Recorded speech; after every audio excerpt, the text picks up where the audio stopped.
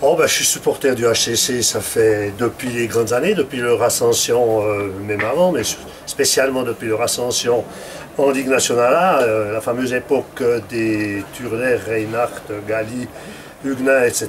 Une époque de rêve. Hein. Et puis là, on a été des privilégiés de pouvoir vivre cette période-là qui a été absolument fabuleuse. Puis après, ben, on a suivi un peu toute l'évolution avec les hauts, les bas. C'est sûr que, mais je trouve que ça a bien évolué maintenant, la Chaux-de-Fonds en Ligue B. Je pense qu'elle est à sa place. Je ne suis pas sûr qu'elle serait mieux, qu'on serait mieux en Ligue nationale A. Pour des bons championnats en Ligue B, il y a pas mal de monde, il y a une bonne ambiance. Je pense qu'on est une région avec une culture de hockey. On a bien des spectateurs, des bons supporters. Et puis ben, l'année en cours, ben, c'est vrai qu'ils ont un gros passage à vide. Mais je ne m'inquiète pas trop parce qu'on a eu X exemples que c'est comme aux cartes, c'est à la fin qu'on compte. Et puis ben, le tour final va commencer, c'est un autre championnat qui commence. Puis avec l'équipe, avec ce qu'ils ont montré, même si on a perdu des matchs, c'était toujours avec des scores très limites, mais un jeu qui était même assez bon.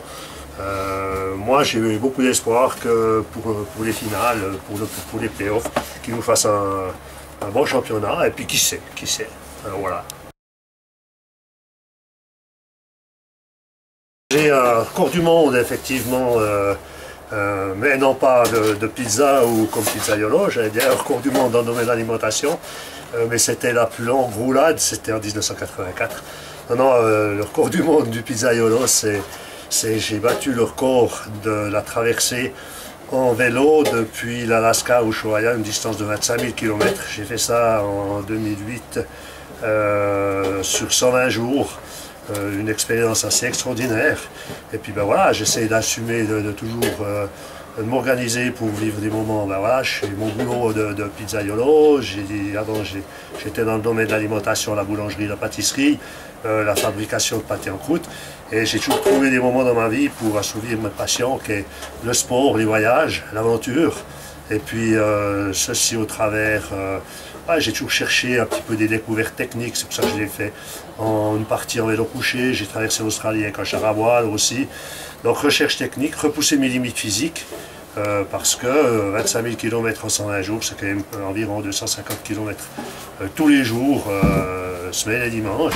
C'était vraiment que du bonheur, ben, comme partout, comme dans la vie, les aventures, c'est un petit peu l'image de la vie.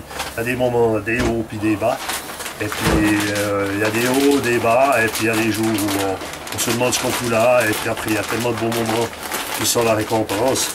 Et puis je crois que quand on a la santé, puis qu'on a la chance de vivre des choses comme ça, il faut juste être reconnaissant et puis aspirer à ce qu'on ait pour la santé le plus longtemps possible pour pouvoir continuer et vendre des pizzas au match à Chaux-de-Fonds, rencontrer les gens, et puis vivre ma passion, les voyages, les aventures à travers le monde.